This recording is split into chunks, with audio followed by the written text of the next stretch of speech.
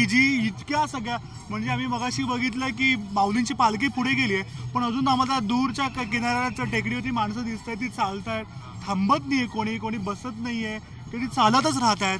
काय वेगळेपण आहे वारीचं, काय नेमकं आहे वारीमध्ये असं की जी माणसं एवढी ओढून येतात? इथं कोणाला निमंत्रण नाही. ती 2.5, 3, 4 लाख लोक असतील. इथंच नाही, माऊलींच्या वारीत नाही तर महाराष्ट्रातून भरपूर लोक येतात. पंढरपूरमध्ये आषाढी एकादशीला 25-30 लाख समाज असतो. कोणाला आमंत्रण नाही, काही नाही, इथं काही सोय नाही तशी.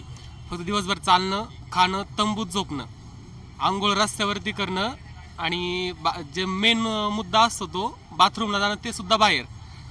म्हणजे प्रतिकूल परिस्थिती असताना सुद्धा सगळी लोक येतात. वेगळेपण असं आहे की घरचं टेन्शन नाही, फक्त उठणं, चालणं, झोपणं, खाणं, आंघोळ करणं एवढंच.